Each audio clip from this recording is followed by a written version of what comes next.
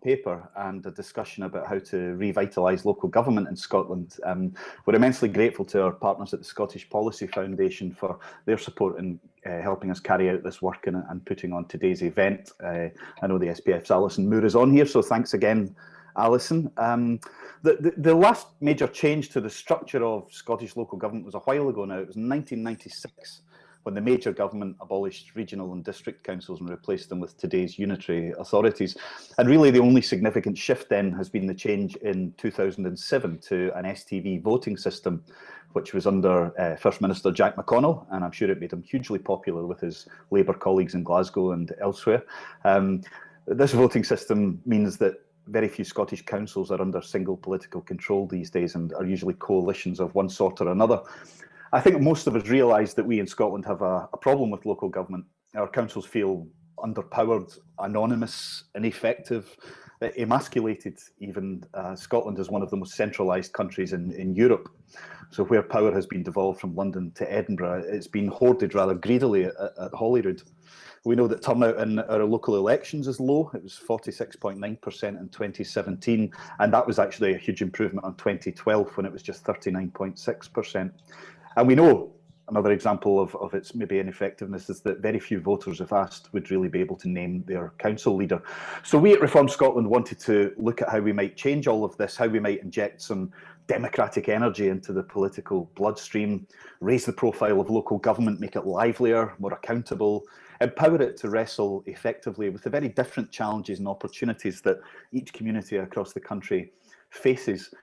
And we know that there's no such thing as a silver bullet, of course, but we had a look at what seemed to us to be the healthiest and most vibrant forms of local government elsewhere, and then thought about how they might be applied to Scotland. My colleague Alison Payne, who is Reform Scotland's excellent research director, will in a moment set out our findings in this new report, which is called Local Heroes: Why Scotland Needs Directly Elected Mayors. We're also delighted to have as our guests today two political big hitters who, throughout their frontline careers, have engaged seriously with policy.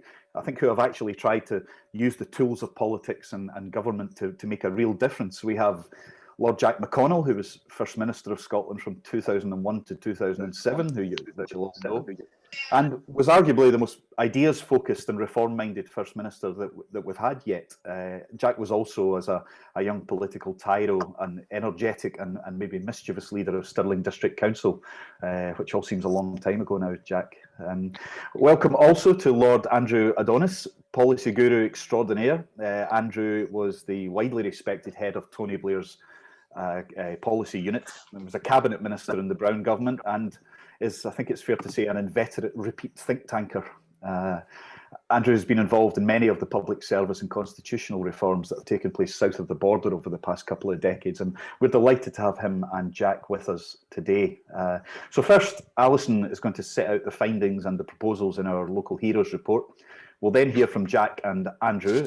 We're also very keen to hear your questions, so if you'd like to ask one, please send it to me using the Zoom message function. And once we've had our statements, etc., we will get round to the questions. And just before I hand over to Alison, can I ask again that you all mute yourselves unless you're one of the speakers, because there's nothing worse than background noise when we're trying to do these things. So mute, mute, mute. And Alison, over to you. Thanks very much, Chris, and good morning. Now, just before I get into the detail of our report, there was one issue that I just wanted to address head on at the start, and that's about mayors versus provosts. I'm well aware that Scotland has historically had provosts as opposed to mayors, but in more recent years, this has largely been a ceremonial role. The expansion of mayors in England, who are directly elected and have additional powers, is closer to the structure that we wanted to discuss. So for clarity, our report refers to mayors. However, a directly elected provost carrying out the same role would equally work. We're fairly relaxed about the specific title. Indeed, some councils could choose to call the individual a mayor, others might refer to it as a provost, but the important thing is the structural change. Now, Scotland is a hugely diverse country. Geographically, population density, economic opportunities, even the impact of the pandemic has varied incredibly across the country. Local authorities are well placed to respond to the differing needs and priorities they face. One-size-fits-all solutions don't work, but too often policy in Scotland is based around a central belt view of Scotland. Our political discourse is regularly dominated about whether power should rest at Westminster or Holyrood, yet despite their importance, councils are too often left out of that equation. In the 22 years since devolution, we've seen powers devolve to Holyrood, but there's been no onward devolution to councils. Instead, we've seen greater centralisation, for example, in policies such as the council tax freeze. Although councils run many of the services that are important to our everyday lives, it's often far from clear who we should be holding accountable. As Chris mentioned, the advent of STV for council elections, most councils are now run by coalitions, and there isn't always a great deal of voter recognition for the council leaders. And indeed, currently, there are a couple of councils across Scotland that have joint leaders. Occasionally, an issue may result in a council leader becoming more prominent. For example, before the pandemic, there was quite a bit of debate between Edinburgh's council leader Adam McVeigh and the Scottish Government over the tourism tax debate. Issues like that does lead to certain leaders having a bit more prominence, but Scotland needs more voices. Arguably, the divide over the constitution has meant fewer politicians deviate from the party line. This can lead to a reduction in debates and ideas. And of course, the interests of the centre are not always the same as the local area. And we need local politicians who can stand up to their party bosses, whether those are at Westminster or at Holyrood. So against this backdrop, Reform Scotland's report today believes that introducing directly elected mayors into each local authority in Scotland can make a difference. The mayor would be directly elected across the whole council area and would provide the executive role of the authority, being elected at the same time as the council. The main job of the council then would be to hold the mayor to account and provide scrutiny. Currently, council leaders owe their position to party colleagues. They're elected only by one ward within the authority. So directly electing the mayor would therefore provide direct accountability and improve transparency. But mayors, as I'm sure we'll hear later, are not just about city management, they're about representation. A directly elected leader provides a clear figurehead who can strengthen accountability and debate. They can provide strong and effective leadership. They can be a powerful force in driving economic development and progress. Chris mentioned earlier the turnout figures that we've had at local government elections recently in Scotland. A directly elected mayor can also help stimulate the electorate's interest and awareness of local government. I was on Radio Scotland this morning discussing our proposals, and there was a couple of points about how mayors would work alongside council leaders and provosts and the potential increase in government. But we're not suggesting another tier of government in Scotland. Mayors in England have often been linked to the creation of an additional tier of government. For example, the Greater London Assembly, which has 25 members which are elected at the same time as the London Mayor, is a tier of government that sits above the 32 London Borough Councils and the City of London. Or more recently, we've had the Greater Manchester Combined Authority. It's made up of the leaders of 10 of the 10 Greater Manchester Councils, and the 11th member and chair of the Combined Authority is the Mayor. But we're not proposing an additional tier of government. Directly elected mayors can also work with unitary authorities. And in our report, we highlight examples from further afield, places like Auckland and a number of areas in the United States, such as Minneapolis, where the council and the mayor can work together. They're a united front working for their local area. So it's about improving the existing structure that we have rather than creating a new one. But our report's not just about mayors. As I mentioned, Scotland's far too centralised. We need a better balance of powers between Holyrood and local authorities. Currently, we have two local taxes, council tax and business rates, but they're local in name only. And Reform Scotland believes that these should be properly devolved to councils. An increase in local financial accountability could also enable councils to be able to design taxation policies and broader local economic development strategies to better support the needs of their area. Now, yes, there are issues that you would need to take account of. We're aware that if you were to devolve business rates, some councils could be worse off due to the redistribution of income that happens centrally.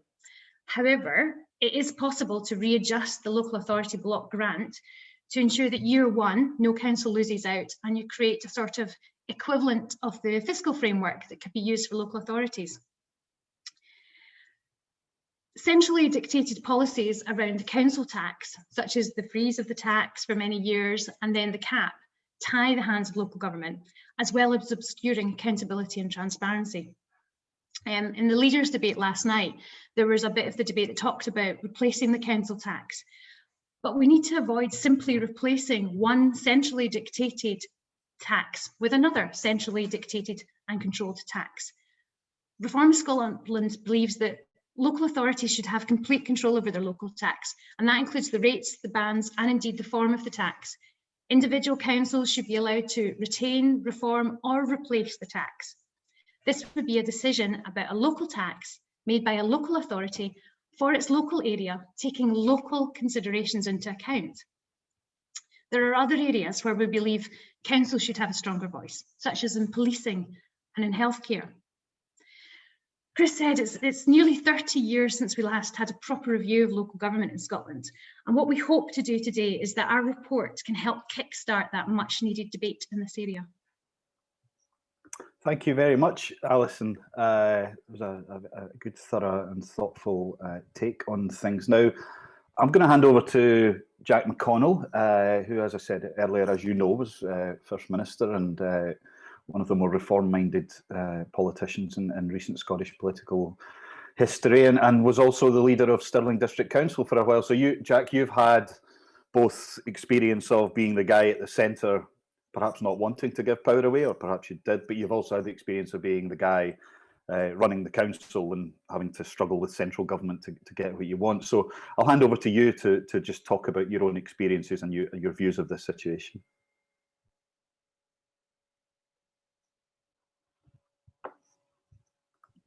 Here we are. There we are. Unmuted for once in my life. I wanted to start by, seriously thanking yourself, but particularly Alison, for this report. You know, I think it's timely, it's thought-provoking, it goes further than just one proposal. It puts it in a wider context of greater freedoms for local authorities, and I think it's really welcome.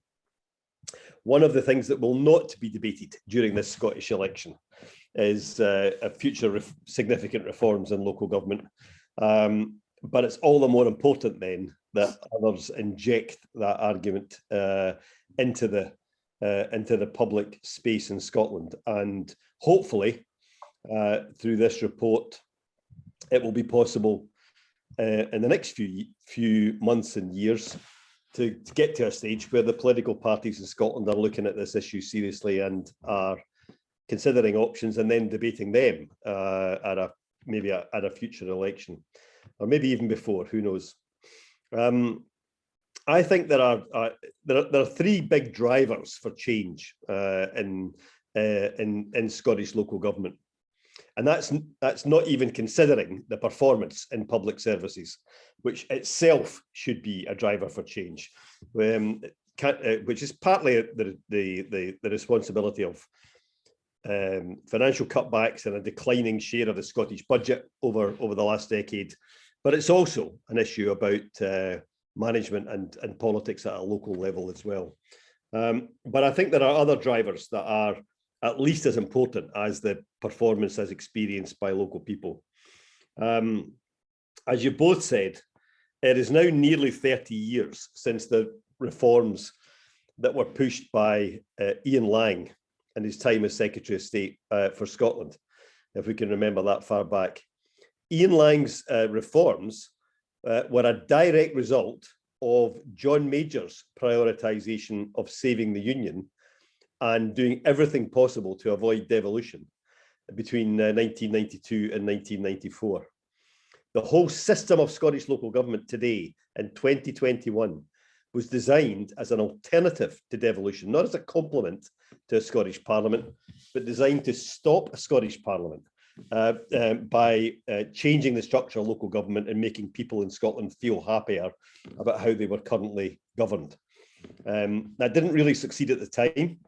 As we know, a referendum 3 years later voted by 3-1 to have a Scottish Parliament, but it was the rationale. And then between 1994 and 1996, we had, first of all, the legislation to create the single-tier authorities. Secondly, the election to them, in which this new system was resoundingly rejected, if we can look at it that way, into the ballot box when the Conservatives elected the lowest ever number of councillors in Scotland. And in 1996, the new authorities were created. So that's now 25 years ago. And the idea that we could have devolution in Scotland for 22 years now, and we have never had a significant reform apart from the change to the electoral system, I think is shocking. And nobody would have believed in the 1990s that that would have been possible, to have had a devolved parliament for all this time without further change. So the change is long overdue, and the debate is certainly long overdue. The second thing I think it is important is that the change to the proportional representation system in 2006, 2007, in my view at the time, was very much a staging post towards further reform. It was a necessary agreement in the Parliament at the time as a result of coalition government, but it was also a step in the direction of further reform. And I first became interested in this model of local government actually in Minneapolis, which Alison has just mentioned, in 1987, when I visited Minneapolis, St. Paul, to compare their two systems of local government, one of which had a system of directly elected councillors, and very much on the old Scottish model, single-member constituencies, wards at a local level, and the other had a proportionally elected council, but with a directly elected mayor, who was then accountable to the council as well as the local people. And I was absolutely convinced at the end of that visit that the directly elected mayor with a proportionally elected council was by far the best combination. And therefore, I think the PR system is a driver for this change. It's not an alternative to having directly elected mayors or provosts. And by the way, I prefer the name mayor. Countries all over the world use mayor. Mayor is not an England-Scotland thing.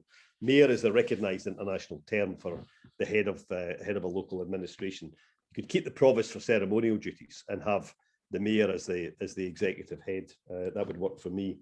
And the third thing I think that's really important is that over the last 22 years, we have seen in Scotland a rapid and dramatic decline in alternative voices outside of the Scottish Parliament. Scottish debate outside of Westminster used to be dominated by partly by the business organisations, obviously, but by the STUC, by COSLA, the Scottish Local Government Organisation, and by the churches mainly led by the Church of Scotland. And those three powerful voices in our land have been either by the way things have developed as a result of the concentration in Holyrood, or maybe by their own choice, have been significantly silenced over the last 22 years. We need alternative voices outside of Holyrood in our country if Scotland is going to thrive and develop as a democracy and as an economy. And I think the issue of directly elected mayors might give us an option in that would provide powerful voices throughout the country at different levels, and therefore it deserves to be considered. And I think considered alongside the financial freedoms that Alison was talking about, because then the power would be there over the local budgets as well. The current constraints on local authority budgets in Scotland are an absolute national scandal, and they should be thrown out, and local communities should be allowed to thrive and develop their own policies that are relevant for their own local economies. So I think directly elected mayors deserve consideration. There would need to be strong consent, I think, around the country for it to happen. But if it happens, I think it should be a uniform model. I think it would improve accountability locally. I think it would be a convening power for local communities and local leadership. We can see how the city deals in Scotland at the moment. They get trapped in bureaucracy and stagnation and inaction because of a lack of strong local leadership to drive them forward. And a city or a district mayor would give you that opportunity. And then finally, I think they would give a voice for the different parts of Scotland that would be a great counterbalance to the current domination of that sole voice in the Scottish government, regardless of whatever party is in power. So yes, yeah, I may well have. I've been responsible for all this back 15 years ago, Chris, and seen things from the centre. But I do remember my days back in the 1980s as a councillor who was surcharged for refusing to implement government financial restrictions, but also who set up the first citizens' contracts in Scotland for any local authority. And you know, at that time we were trying to devolve even more power below the level. And the idea that today local authorities would have so little power in Scotland, I think would have really shocked us pre-devolution. And it should certainly shock us now that devolution is in place and it's time for change. Thank you very much, Jack. That was fascinating. Just before I move on to Andrew, I'd maybe just pick you up on one thing, because all three of us have mentioned that this long gap between reform of local government. Why is there such reluctance to empower local? Well, there's two things: there's reforming local government and there's empowering local government. And you might say, I suppose, that from the beginning of devolution through to now, there just hasn't been any appetite for it. Why is that? Well, I think there was a reluctance in the first decade across all the parties for significant reform. It was early days in the new parliament. I think shaking up another level of government in Scotland in that first decade, you know, would have been a challenge to the delivery of public services. At that time, a lot more money perhaps was being spent on public services, and therefore the focus really was on delivering the service rather than the system of governance. Certainly the creation of the PR system injected a degree of uncertainty into the system that was a driver against further reform at that time. But I've absolutely no doubt, as the debate about council tax versus local income tax sort of died after the promise in 2007 from the new Scottish government wasn't pursued. I think you know, this has become a debate that's over the last decade that everybody's been looking for, but nobody's been wanting to lead. Yeah. My own view is that is partly because of the electoral system to the parliament. Mm-hmm. I think too many MSPs and too many parties look internally for their validity as a candidate rather than externally to the electorate. And I think internally, councillors are powerful figures in all the parties. And that then mitigates against reform. So this would, to achieve a reform like this, would need strong leadership, fresh, modern leadership. And that you know, remains to be seen if any of the parties are up to that. Okay, thank you. So we'll move on now to Andrew Adonis, Lord Adonis. And Andrew, you've been behind many radical reforms south of the border and often quite keen to give power away. So I might think of independent academies, for example. And I wonder if you might, because we're in Scotland here, so we maybe don't pay as close attention as is paid down south, but talk us through the change that's taken place in English local government in recent years and what the thinking behind that has been. Oh, it's great to be with you. It's great to have such a good turnout. It's a sign that there's a really vibrant debate taking place in Scotland about subnational government, which is hugely important, clearly, to the future of Scotland as it is in England. And can I just say that Jack and I, we think telepathically on policy and politics.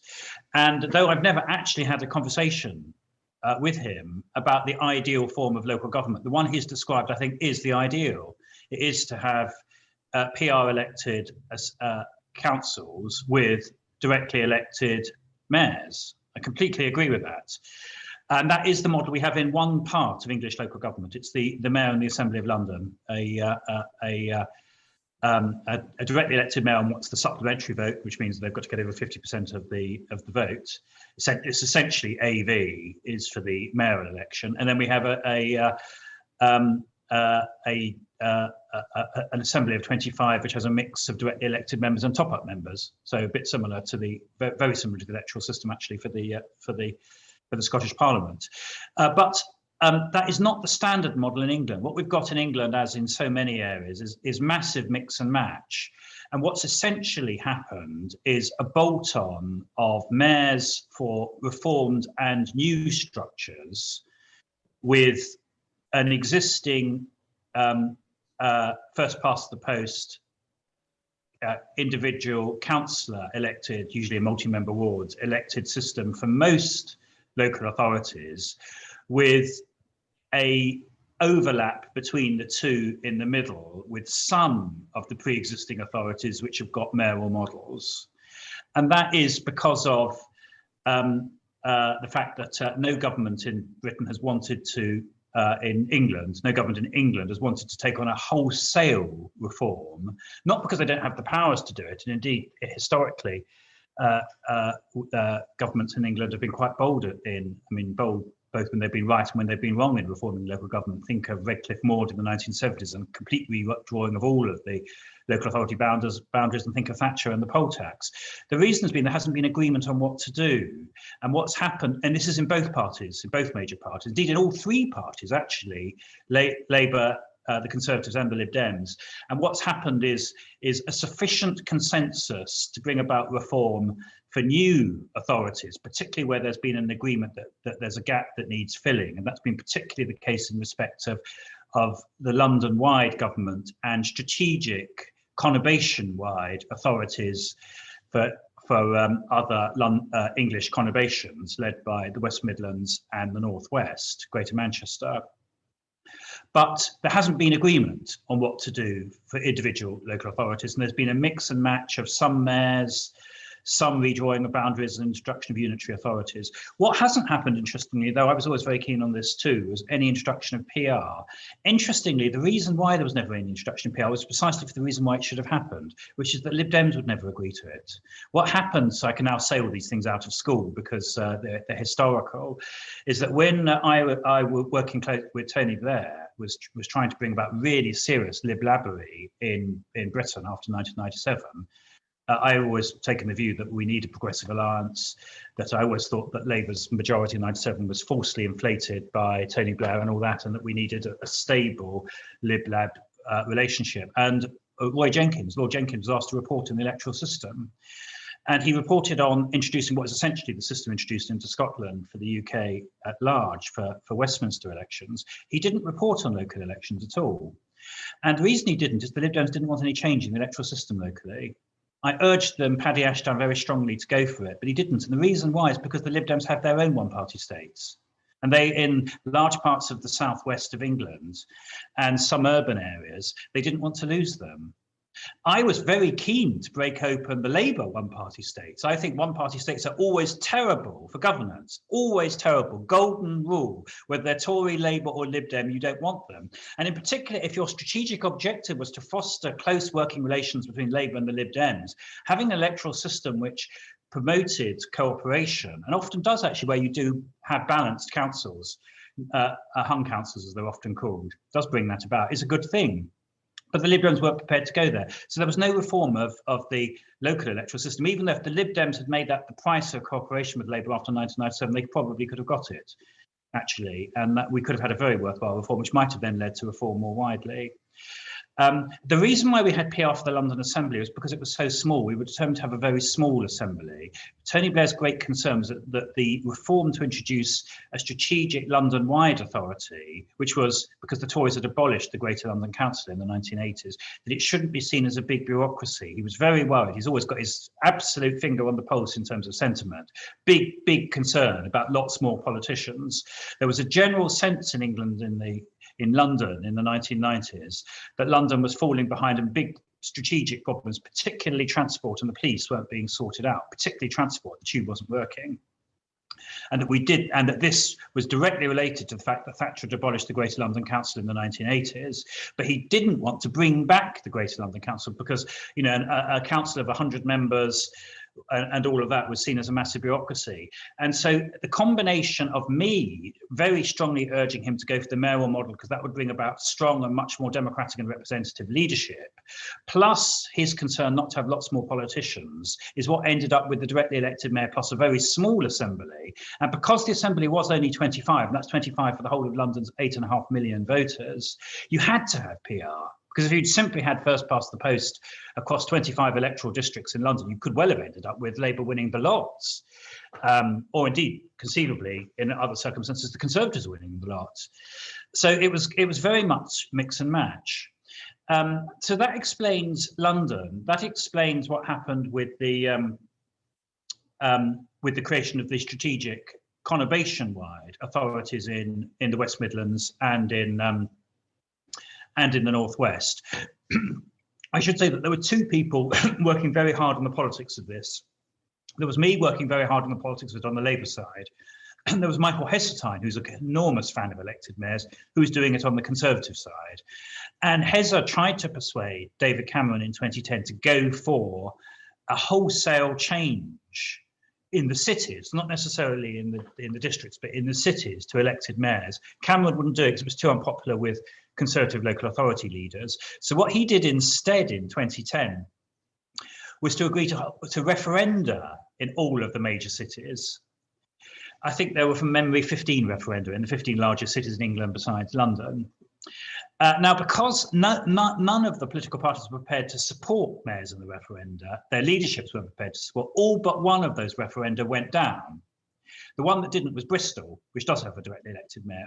In all of the other cities, it went down. So what Cameron then did, which was then taken forward by Theresa May, and indeed has been continued by Boris Johnson, was two things. Firstly, make it easier for local authorities themselves to change to the mayoral model, which, by the way, the Labour had introduced before 2010. That was something I persuaded Tony to go for, that local authorities could themselves switch to a mayoral model, and a small minority have done so. To give you an example, of the 32 London boroughs, 4 have changed to a directly elected mayoral model as boroughs. So there's that power there. And actually every year there are 1 or 2 referenda across England for local authorities that want to change to the mayoral model. There's one taking place in Ealing at the moment in the next borough elections as a result of serious misgovernment in Ealing and a big move to have a directly elected mayor to sort it out. But that's quite small scale. But what happened when those referenda went down is that they didn't hold referenda on Michael Heseltine's strong advice when it came to setting up the strategic authorities for the West Midlands, Greater Manchester, the Northwest. Merseyside has one, and there are 5 or 6 others. The West Yorkshire is just about to elect one at the moment. That was simply laid down in statute that they would be mayors, and they've got a slightly hybrid arrangement. Whereas there's an assembly in London, directly elected assembly of 25, the strategic mayors for the other conurbations, West Midlands, Greater Manchester, Merseyside, Tyne and Wear, they're a peculiar hybrid of what's called a combined authority, and the combined authority has a directly elected mayor, elected essentially by AV, but then there isn't a directly elected assembly. The assembly, which they're accountable to, is called the combined authority, and that is made up of the leaders of all of the constituent local authorities. So Andy Burnham, the mayor of Greater Manchester, is directly elected across the whole of the Greater Manchester region once every 4 years. But the body to which he's accountable for his budget and for major policy decisions is the combined authority of Greater Manchester, which is the leaders of all of the Greater Manchester local authorities. I think from memory, I think there are 15 of them. And they all have 1 vote, and 3 or 4 of them comprise his cabinet. So this really is, if you stand back from it, this really is a dog's breakfast. I mean, I haven't tried to do it as a kind of taxon, whatever it's called in studying animal species, a taxonomy. If you did a taxonomy of English local government, I think there are probably now about sort of 25 different variants, of directly elected mayors, elected by PR, by AV, some not. So I could get down the whole list and relationships with authorities and all of that. What is the big lessons I draw from it? I draw 3 lessons from it. First is London has been a huge success. There is no one who would want to abolish the mayor of London. That's been a huge success, and it's been a huge success in revitalising London. It has definitely played a big part in that. Almost everyone who's independent who's looked at this says the renaissance of London's public services has been it's been a central government that's taken London very seriously, and we did when I was in government. We really did. I was Minister for London Schools as well as being Minister for Schools. We really did take it seriously from the centre, but also the creation of the Mayor of London has been hugely important, particularly the transformation of London strategic transport. There would not be Crossrail at the moment, but for the Mayor of London. There wouldn't have been a transformation and the sorting out of the tube, but for the Mayor of London. The doubling of the bus network in London over the last 20 years, literally the doubling, the introduction of Oyster, Touch and Go, all of these things which are world class, have all been the transport for London alongside the Mayor. And I suppose the lesson for that is obviously closest to your big cities, particularly I would have thought Glasgow there. So that's lesson one. Lesson two, mayors elsewhere have generally taken routes. There have been a few cases where mayors have been introduced where they've been abolished, but they've generally taken routes. And that leads me to think that we could be much bolder in England about extending the mayoral model as the standard model. I think it's now basically waiting for a British Prime Minister to make that their next big English local government reform. That's what's waiting to happen. If it was now declared as a reform, I don't think now you would have a problem in selling it to local government. And even though there'll be some controversy with the existing local authority leaders and all that, it would be accepted. It's generally accepted that the mayoral model works. The third thing on this business about participation and representation, it's had a very beneficial effect where you've had these strategic mayors in encouraging serious national politicians to take on what are essentially regional roles. That's been true of all three mayors of London. Ken Livingstone, Boris Johnson, of course, after all, wouldn't be Prime Minister now of the UK if he hadn't been Mayor of London. I think that's almost certainly true. And my friend Sadiq Khan, who was a national politician, was on the Labour front bench nationally, who then went off to be Mayor. That's obviously true too of Andy Burnham, and Andy Street, who's the Conservative Mayor of the West Midlands, is one of the best and national level politicians that the Conservatives have. So it has definitely played that role. What it has not been a panacea for, though, is turnouts. The turnout for the Mayor of London election was 45%, which is a bit higher than for the borough elections, which I was just looking at the figures while Jack was speaking. In the last borough elections of 2018, the turnout was about 38, 39%. So it's a few percentage points higher, but it's not massively higher. And the truth is that the turnout for the mayoral elections is much closer to conventional local authority turnouts than it is to national elections. So it's a bit higher, but not hugely higher. Why is a very interesting question. I think part of the reason why, though, is that though we have created these mayors and given them some functions, we haven't given them huge tax raising powers. And that comes back to your Alison's and Chris's opening point too. Local government, including mayoral government in England, is still very subordinate. Its tax base is still small. Even in London, the Mayor of London's budget comes almost entirely from central government. The budget of Transport for London is about 90% essentially from central government.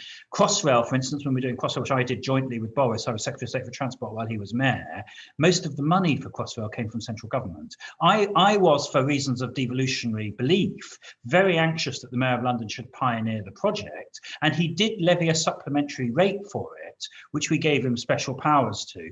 But about 2/3 of the spending on Crossrail came from central government. I don't think you're going to transform turnout in local elections until people actually believe that their taxes fundamentally turn on the outcome of local elections. And though that's more the case now, I think, in England than it was 20 years ago, it still isn't emphatically the case. There you are. There are some thoughts. Thank you, Andrew. That was engrossing. Lots there that I certainly didn't know, and it's been fascinating, I think, over the last couple of years to watch maybe particularly Andy Burnham and Andy Street begin to flex their muscles a bit in relation to central government, in relation to Westminster, in relation to funds and powers returning from Brussels, and you can see that you create the institution and it begins to enlarge itself and take on more powers and evolve towards something maybe that is more than it was intended to be at the start, which I think is great, and it's a journey rather than a destination, I guess. Well, I'll move on to questions because we've had a lot of talking now, and I want people to feel that they've got a say. I thought first question was maybe a good one from Rose McConnell. Rose, are you with us? I am, but my connection is very poor, so you go ahead and ask it for me. All right, Thank okay, you. well, that's all right. Rose says mayors feel like a city thing. Is there a risk that Scotland's few significantly larger cities would pull leadership focus and political attention and dominate debates, marginalising rural areas' voices and engagement and not reflecting Scotland's diversity? Which I think is a good question. I don't know which of our three experts wants to pick up on that. Well, can I just make a factual point? Rose is completely right. All of the virtually all of the mayors in England are either citywide or metropolitan parts of cities. There isn't a single county council, or indeed that I'm aware of, a single district council that's gone for the mayoral model. Chris, if we were in, it's a good question, a very important question. But if we were in France, say, mayors would feel as much like a rural thing than an urban thing. And, you know, so I think this is partly because of our perception of the development in England of local governments over the last 20 years. And I think it's really important that we consider this concept in, first of all, not as a reaction to what's happened in England or by comparison with what's happened in England. We should look at the situation in Scotland and try and find a way forward, looking at lots of international examples. But also, I think Andrew's final point about the reason for the turnout in English mayoral elections not being very much higher than the turnout for English local government elections, being the lack of financial power and clout in the office of the mayor. I think that's why I really welcome this Reform Scotland report. When you first told me you were going to prepare a report like this, I was a bit worried it would just get pigeonholed into the debate for and against mayors and these kind of responses would be made. But I think in Alison's report, actually the really powerful message is that you don't just improve the structure and the accountability of the structure and the voices that the structure creates, but you also create a greater power behind the structure that then allows the person who's elected and the council that's elected to hold that person accountable to actually exercise greater power and therefore feel more relevant to local people who then will be more interested in the choice. And I can imagine, for example, an elected mayor for the Scottish Highlands being one of the most powerful voices for rural communities anywhere in Britain, never mind in Scotland. I mean, what an incredibly powerful voice that person would be for across the country. So I don't think this is necessarily a city-based model. I think if we are creative and empowering in the model, then it could be really refreshing for Scotland's rural areas, who at the moment are, in my view, completely underrepresented in political debate in Scotland. You know, the decisions that have been made over recent years to centralise power away from Scotland's rural communities into Edinburgh, you know, would never have been tolerated pre-devolution days. It's incredible that they're happening under devolution, and perhaps elected mayors in the rural districts would have been a good counterbalance to that. Okay, thank you, Jack. It's all about Labour just now, isn't it? So let's widen it out to some of the other parties. We've got Paul McLennan from the SNP, and then after that, Adam Tompkins of the Conservatives. Paul, do you want to ask your question? Yeah, Chris, thank you very much. I suppose just a bit of background, I'm the SNP candidate for East Lothian for the Scottish Parliament, and I've also been a councillor for 14 years, and I was a council leader in an SNP Lib Dem coalition.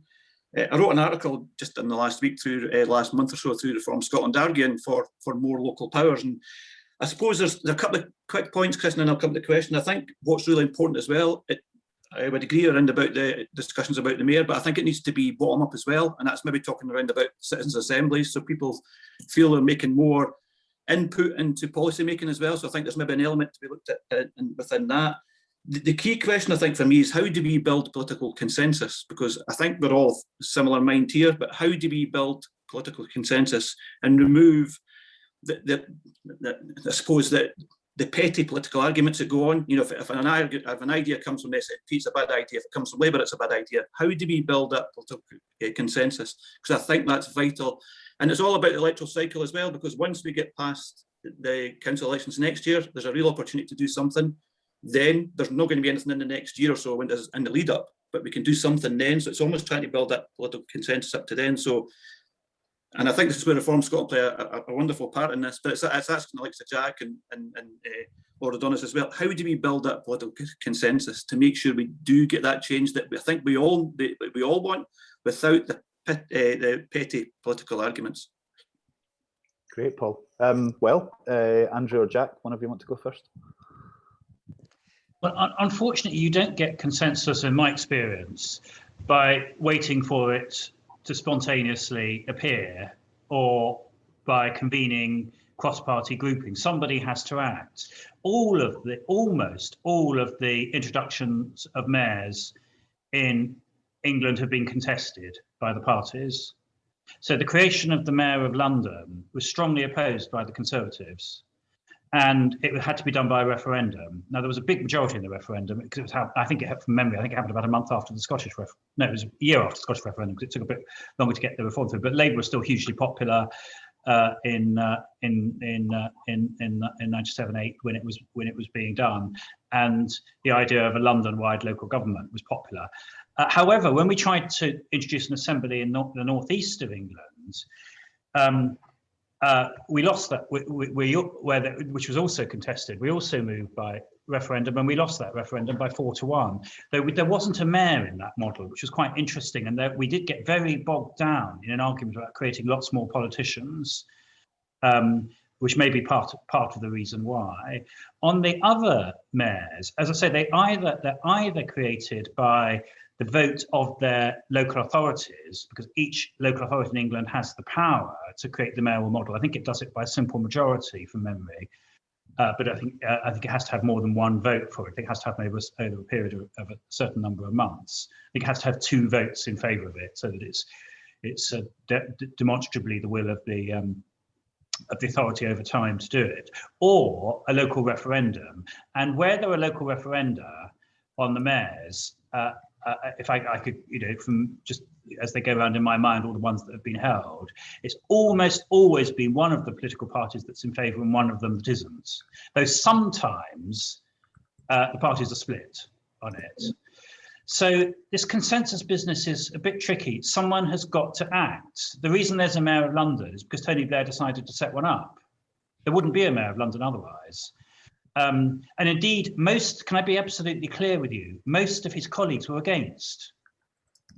John Prescott was strongly against the mayoral model, strongly. He thought it was a subversion of the existing local authority system, and I think I remember him saying something about the introduction of the Führer principle into local authorities. Gordon was always abstained. He never really had a view. He certainly wasn't strongly in favour of them. So someone's got to be prepared to act, and I suspect it's not going to happen unless you've got either a minister for local government or a first minister like Jack, who's prepared to take this agenda forward. And the consensus will come after the act, I think. Chris, I think this is an interesting issue way beyond this specific proposal. How do you create momentum for significant political change in Scotland, aside from the issue that was debated yet again in the leaders' debate last night of whether you have another referendum on independence or not, but looking at other significant social or political change in Scotland? How do you create a momentum for lasting change that goes beyond an electoral cycle?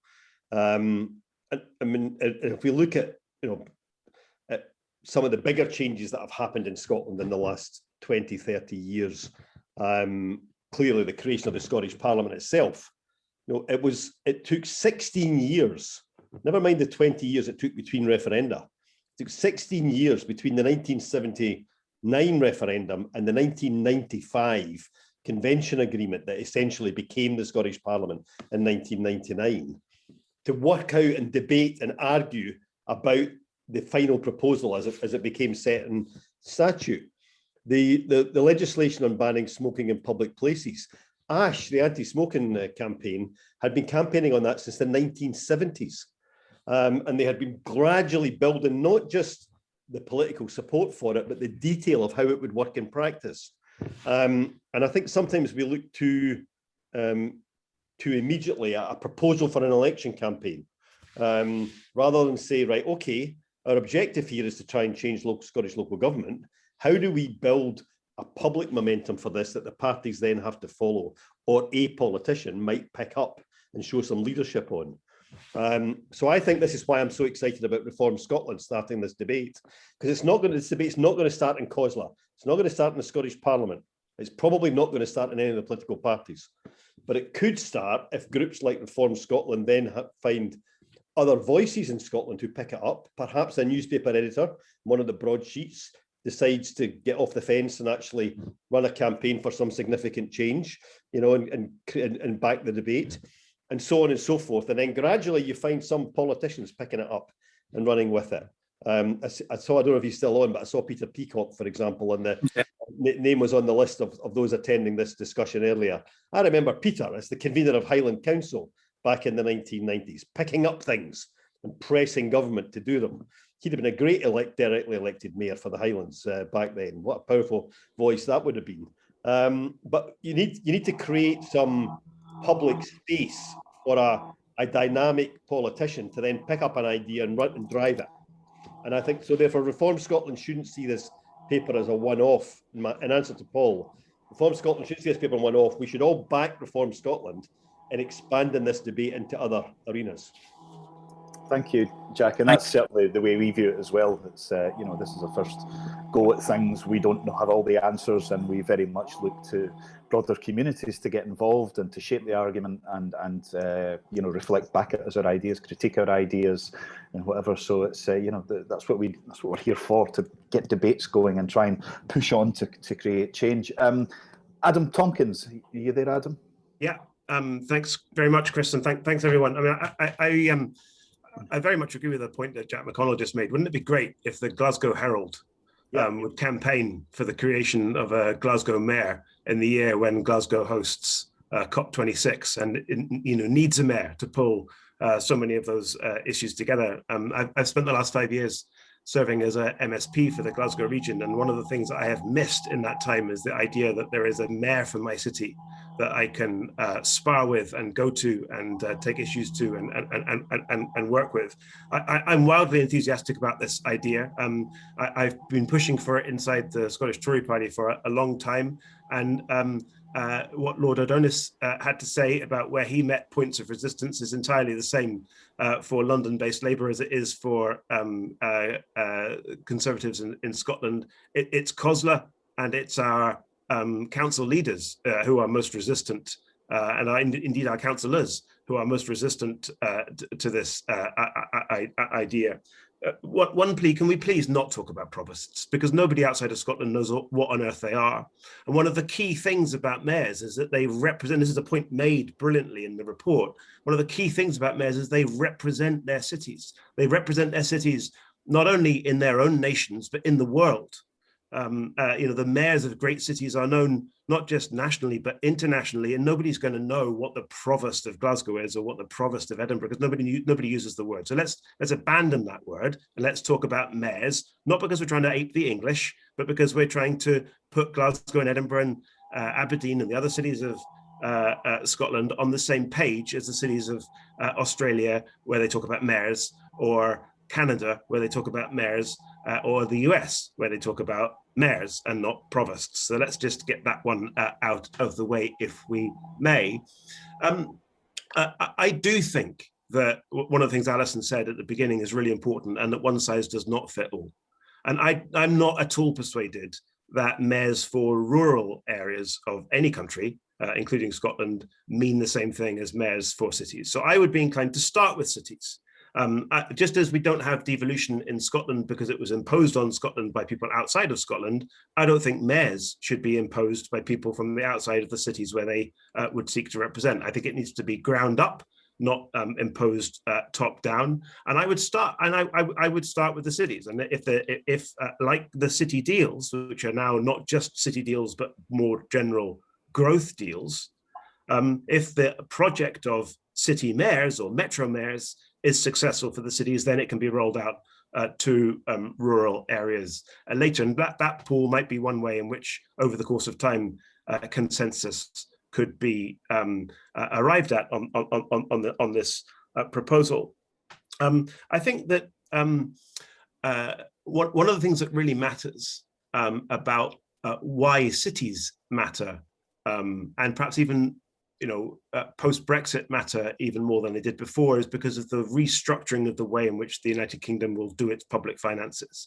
And one of the opportunities here, I do not speak as a Brexiteer, but one of the opportunities here is that the design and development of the Shared Prosperity Fund, which will replace EU structural funds, is going to be dealt with by the UK government directly with cities and local authorities and their regions, which is, it seems to me, an opportunity not only for there to be, just to complicate things for Alison a little bit more, not only for there to be the need for a fiscal framework between mayors and their authorities and the Scottish government, but also a fiscal framework between mayors and their authorities and the United Kingdom government. In the future, in the very near future, the United Kingdom government is going to be dealing more directly with local authorities in Scotland than it has done for the last 20 years. That's not because we're going to see a top-down restructuring ordered by Whitehall of local government in Scotland, but it's because the United Kingdom government is looking for multiple political voices and multiple political leaders, including civic leaders, in Scotland to do business with directly, rather than having all of the time to go through the Scottish government. So that's just another, I think, example about why we need city regional leadership in Scotland and representation, and it needs to be understood not only in terms of powers and representation, but also in terms of funds. So I'm wildly enthusiastic about this. I think it's great. I would start in the cities. I would not necessarily confine it to the cities, but I would start in the cities and I would roll it out from there. Thank you very much. Question mark. Okay, would anyone like to, Alison, have you got something we haven't heard from you for a while? Would you like to say something about that? It's all been really fascinating. I mean, what is also fascinating, having watched the leaders' debate last night, is that we've now had people from, we've had Conservatives, SNP, Labour, all talking about the enthusiasm for the need for empowerment and improving our local government in Scotland, that there is definitely something that we need to do. And the fact that this isn't the end of the line for Reform Scotland, this is something that we're going to keep going on. And I hope that we can be part of that debate, pushing the need for greater empowerment with the mayors and for the powers. And as Paul pointed out, we've got the election next year to local authorities. After that point, it gives the space to actually sit and have those conversations, so that we can reach out, work across parties. That Reform Scotland is here, and we want to work with people to see how we can push that campaign, how we can get the ideas going out there. As Chris said earlier, we don't have a silver bullet, but we want to get the ideas out there. We want to have the conversations, and we want to get more voices heard. So as Jack has pointed out, so that ultimately we do have more diverse voices talking for Scotland, talking for our areas, our local areas, our regional and rural areas. So I think it's been a fascinating discussion, hearing so much agreement, whereas quite often at the moment, I think there's a lot of polarisation in debate. But there's clearly a lot of agreement about the need to review local government, and I think hopefully Reform Scotland can help push that debate forward. Thank you. Well, we're almost at the end now. I wonder if either Andrew or Jack would like to have any last words, any exhortations or warnings or whatever. Maybe Andrew should go, but let Andrew go first, and then I'll come in and mop up.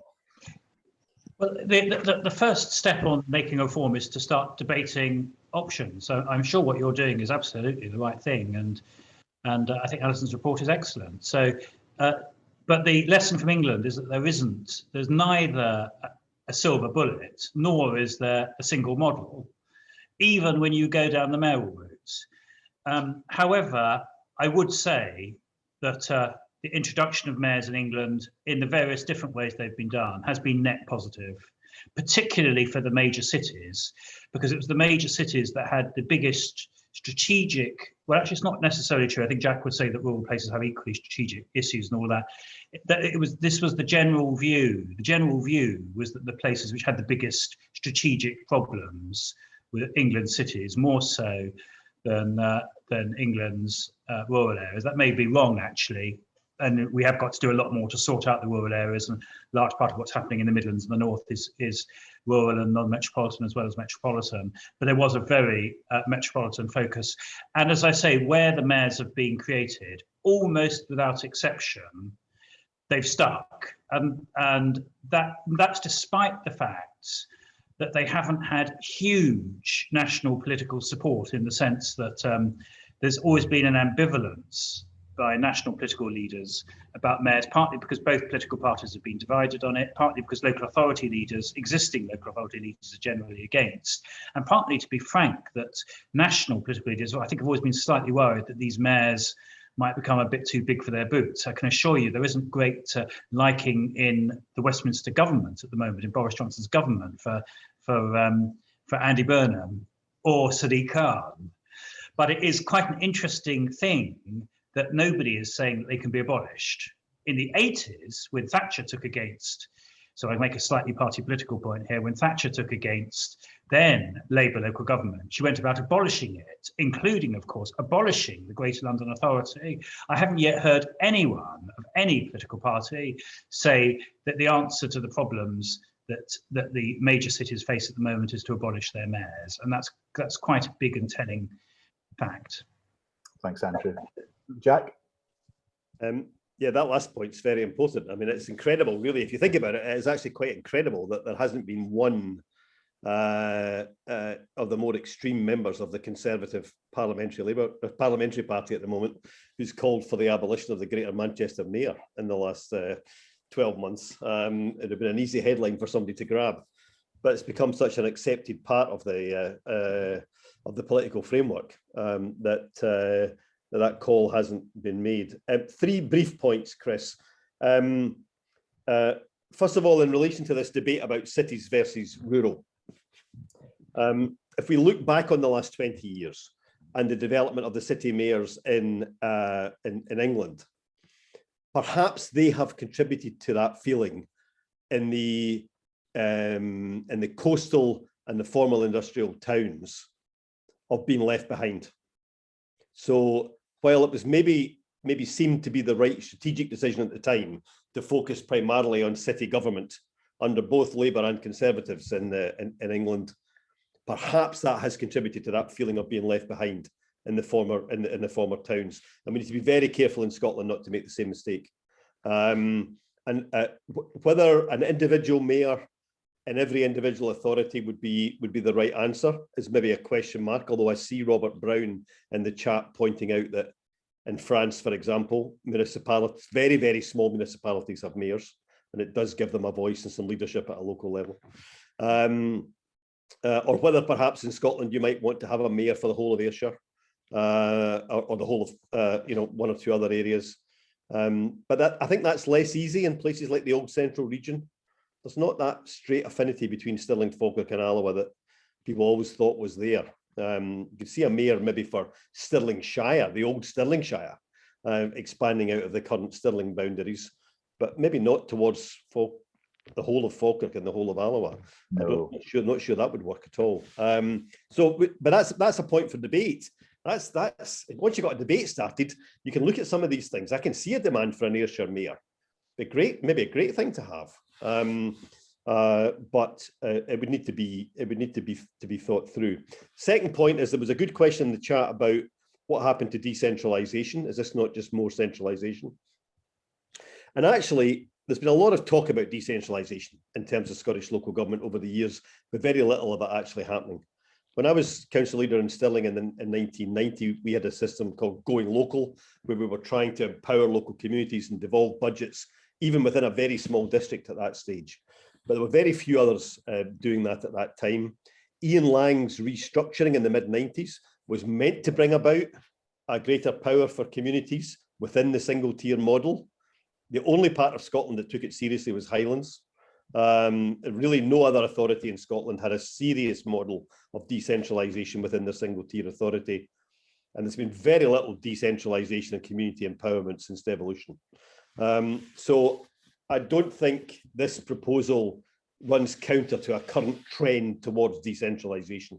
And in fact, actually having a strong leader at a local level might be a way of cutting through some of the resistance to decentralisation in existing council models, and trying to create greater empowerment for communities and community citizens' assemblies and citizen voices. And then the final point I would want to make, just very specifically, is that to reiterate, 25 years since the creation of the councils that were legislated for 27 years ago. We need to look at the structure. We need to look at the decentralisation of financial power, as is recommended in Alison's report, but we also should be looking at the boundaries and the overall powers of local government beyond just the financial powers. There's time for a reset, and maybe a restructuring as well of the boundaries, and planning for the next 30 years. Let's try and get it right this time. Well, that seems a great point at which to stop. So thank you for that, Jack. So thanks to our guests, Andrew and Jack. You're really generous with your time and your thoughts today, and we're hugely grateful. And as both of you have said, this is hopefully the start of a conversation which we can all engage in and work together to turn into something like reality. I'd also like just to thank again the Scottish Policy Foundation for their very welcome support. And I'll also say that this is the first in a series we're doing with the Scottish Policy Foundation in the run-up to the May the 6th election. We've got another 3 events and some reports coming out on issues like education, immigration and renewable energy in the coming weeks. So please keep your eye on your inboxes for the invites. We're very much looking forward to them, especially if they're as good as today's discussion was. So thanks again, everyone, and we shall hopefully see you soon.